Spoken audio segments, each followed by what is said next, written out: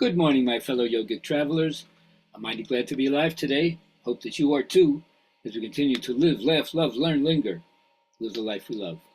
Friday, so it's a little PowerPoint day. This one's called Not Carrying Someone Else's Burden, but Carrying My Own. So it's the first thing I'd like to say. You ready to step inside and let go? Step aside and let go? Like Sisyphus pushing that rock up the mountain only to have it fall back down again? That's because you can't heal other people's burdens. You can only heal your own and offer what you can.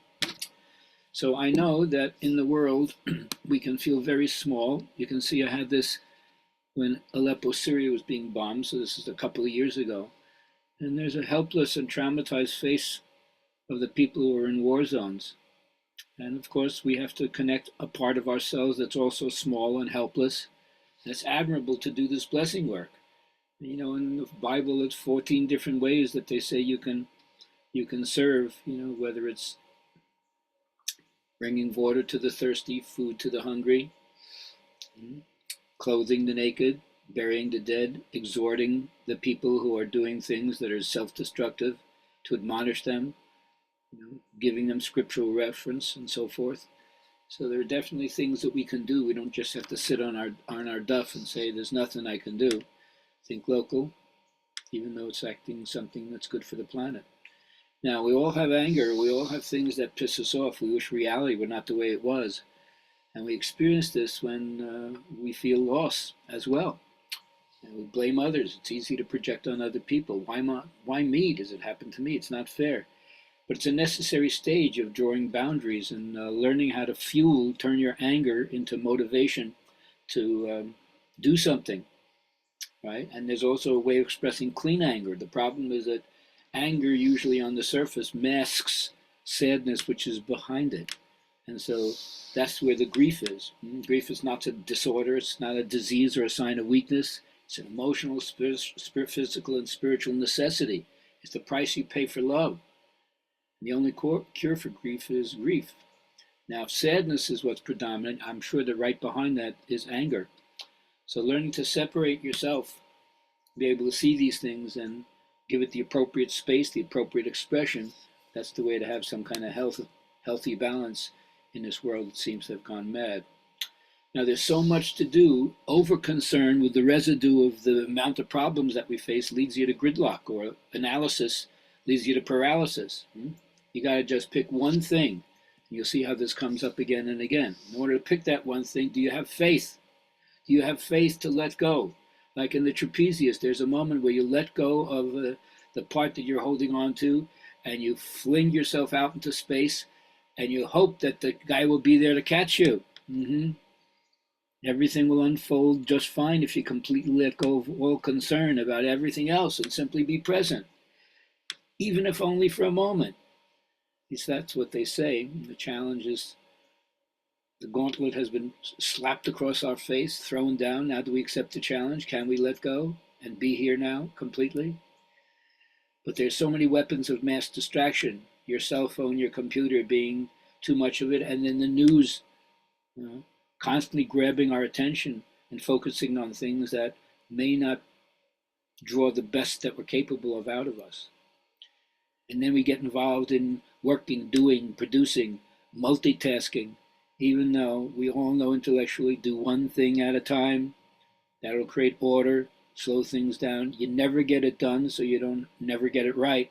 Do the much as you can and let the results go. Like it says in the Gita, ours is the right to the work, but not to the fruit. And so let go of fear about what's going to happen in the future, fearful thoughts, and instead focus on connecting and blessing each other with your gifts, feeling compassion for each other's weal and woe. That's the path. And then find the habits of pleasure, what I call ego syntonic. What's the stuff that really connects you, that rejuvenates you, that helps you enjoy life, that supposedly people work so hard to create? I remember eating watermelon when it still had pits, and the joy of spitting the pits out, and the joy of not having any more pits to have to spit out.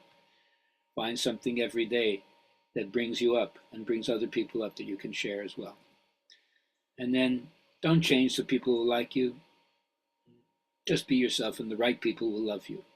Half the people won't like you for being yourself. Half the people won't like you for trying to be something else, pretending that you're not that. Might as well be yourself anyway. Strange thing that some people think that it's good to be loyal but unhappy, but being happy thinking that you're unloving and disloyal, that's not good. So most choose number one, to be in the pain but still loving. So that doesn't mean you have to carry other people's burdens, but you feel it.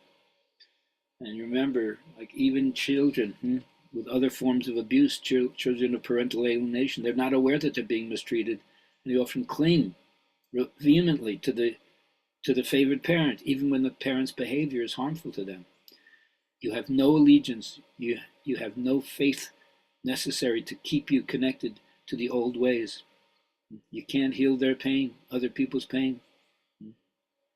And then if you've lost your own connection through abuse, as it says, sometimes we produce that pain by staying connected to the person rather than just saying, this doesn't serve me, I've got to let you go out of my life. The only way you can do that, once again, is so simple. To stay happy, let go of the things that make you sad instead of clinging to them. I know that for some people it seems a psychological confusion, but they refuse to let go of the pain, as if that's the way of showing deep love to the person. You can love them without the pain. So why don't we heal? Deep changes are necessary. So don't inject yourself with more antibiotics. You got to take in a little bit of life. And if you take a little bit of life, you're no longer immune to it. It's not going to prevent you from experiencing life. In fact, it's going to make you experience life even more so. So deep change is necessary. Only way you can do it, what are you willing to risk? Some people see a poor hysterical woman. Some people want to jump right in and not let patriarchy squash the impulse to justice and human rights. Are you willing to take that risk? Most people are not. So it's all going to come back to what can I do? Well, without self-discipline, success is impossible, period. Lou Holtz, one of the great coaches of all time. Sounds very yogic, right? In any field, don't confuse disciplining yourself with punishing yourself. Find the thing you love to do. It'll be a joy, even if you sweat. Or as I like to say, yoga is serious play. So get out there and enjoy what you're doing. And don't carry anybody else's burden. You have enough to carry yourself. Have a great day.